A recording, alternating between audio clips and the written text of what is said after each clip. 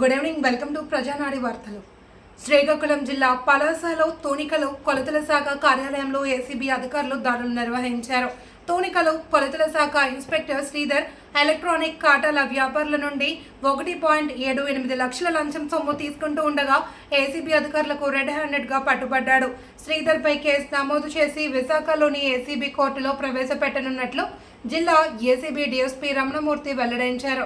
ఈ సందర్భంగా మీడియాతో మాట్లాడిన ఏసీబీ డీఎస్పీ రమణమూర్తి తూనికలో కొలతల శాఖ ఇన్స్పెక్టర్ శ్రీధర్ పలాస మండలంలోని వేయింగ్ మిషన్లు వ్యాపారులకు సర్టిఫికెట్లు జారీ చేయాలంటే ఒక్కొక్క ఎలక్ట్రానిక్ కాటా వ్యాపారి 400 లంచం ఇవ్వాలి అని డిమాండ్ చేశాడు. పలాస రూరల్ మండలాల్లో ఉన్న వేయింగ్ మిషన్ల వ్యాపారులకు తూనికలో కొలతల శాఖ అధికారి శ్రీధర్ పెడుతున్న టార్చర్ భరించలేక శ్రీకాకుళంలోని ఏసీబీ అధికారులకు ఆశ్రయించారని తెలిపారు. ఏసీబీ అధికారులు సూచన మేరకు లంచం సొమ్ము 1.78 లక్షలు ఓ వ్యాపారి ఇస్తుండగా శ్రీధర్ను రెడ్ హ్యాండెడ్ గా పట్టుకుని అరెస్ట్ చేసినట్లు డీఎస్పీ రమణమూర్తి తెలిపారు. నిందితుడిని అరెస్ట్ చేసి విశాఖలోని ఏసీబీ కోర్టుకు తరలిస్తామని డీఎస్పీ రమణమూర్తి వెల్లడించారు.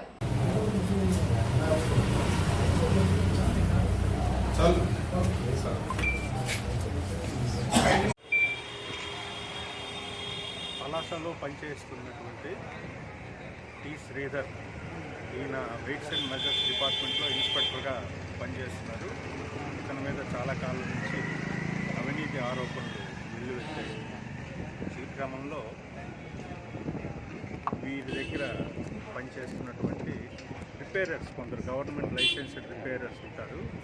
వాళ్ళు ఏంటంటే ప్రతి మండలంలోనే ఉండేటటువంటి weighing machines, electronic weighing machines, electronic కాటాలు అంటారు తెలుగులో, ఈ వెయింగ్ మిషన్స్ని చెక్ చేసి అవి ప్రాపర్గా ఉన్నాయా లేదో చూసి వాటికి సంబంధించి ఏమైనా రిపేర్స్ ఉంటే రిపేర్స్ చేసి సర్టిఫై చేసి సీల్ వేసి దానికి గాను గవర్నమెంట్కి కట్టాల్సిన చలానా 300 రూపాయలు. అయితే ఆ 300 రూపాయలు ఎవరైతే ఆ వ్యాపారస్తుడు ఉంటాడో, కాటా మెయింటైన్ చేస్తుంటారో వెయింగ్ మిషన్, అతను పే చేస్తాడు గవర్నమెంట్. అయితే ఇతనేం చేస్తాడు ఇన్స్పెక్టరు, ఆ 300 కాక ఎక్స్ట్రా మరొక 400 రూపాయలు ఎక్స్ట్రా ఇస్తేనే నేను వెరిఫికేషన్ సర్టిఫికేట్, అంటే ఒక వెరిఫికేషన్ సర్టిఫికేట్ ఇస్తారనమాట.